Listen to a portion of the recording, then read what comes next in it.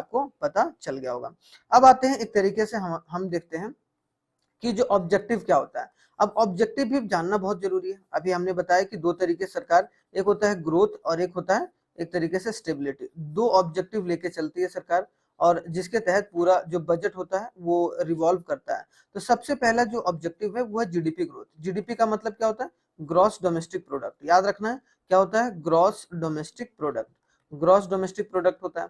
अब gross domestic product का मतलब क्या होता है? जितना भी हमारे देश के अंदर गुड्स एंड सर्विस बनाया जाता है, ठीक है, जितना भी, जैसे हमारे देश में बहुत सारे गुड्स बनते हैं, बहुत सारे लोगों को सर्विसेज दी जाती हैं, ठीक है, उनकी जितनी वैल्यू होती है एक पर्टिकुलर साल में, तो उसको हम लोग क्या बोलेंगे? एक तरीके से जीडीपी बोलेंगे। तो सबसे पहले की जीडीपी ग्रोथ, जो ग्रोथ के बारे में बात की जाती है, ठीक है। दूसरा है क्या? एलोकेशन ऑफ रिसोर्सेस, कि रिसोर्सेस किस तरीके से यूटिलाइज किया जाए ताकि सारे लोगों के पास जो है एक तरीके से फैसिलिटी या फिर जो चीजों का एक तरीके से जितने भी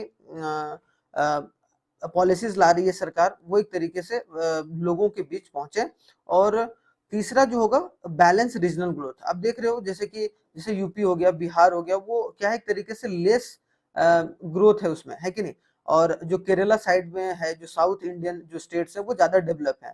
तो एक तरीके से यहाँ पर सरकार बजट में ये भी तय करती है कि किस तरीके से सारे रीजन्स जो है एक साथ तरीके से, क्योंकि एक भाई, मान लो कि एक परिवार में अगर दो भाई हैं, तो अगर एक भाई कमजोर है और एक भाई अगर बहुत पैसा कमा रहा है, तो भाई उसकी फर्ज क्या बनती है कि भाई एक तरीके से पूरे फैमिली को साथ में लेकर चला जाए और दूसरे भाई की मदद की जाए जब तक वो अपने पैर पर खड़ा ना हो जाए, ठीक है।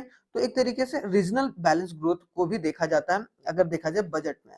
और जो सबसे फॉरमोस्ट इंपॉर्टेंट चीज होती है एम्प्लॉयमेंट अपॉर्चुनिटी, कि सरकार आने वाले साल में किस तरीके से एम्प्लॉयमेंट प्रोवाइड करेगी ताकि हमारे यूथ जो पॉपुलेशन है वो एक तरीके से बेरोजगार ना रहे और जो है उन लोगों को काम वगैरह मिलता रहे। क्लियर? तो ये ऑब्जेक्टिव ऑफ गवर्नमेंट बजट है, इससे ज्यादा आप लोगों को नहीं पढ़ना है, एग्जाम में इससे ज्यादा नहीं पूछा जाएगा। क्लियर? आगे आते हैं। अगर आप लोग यहाँ पर देखिएगा बहुत शानदार तरीके से यहाँ पर मैंने बताने की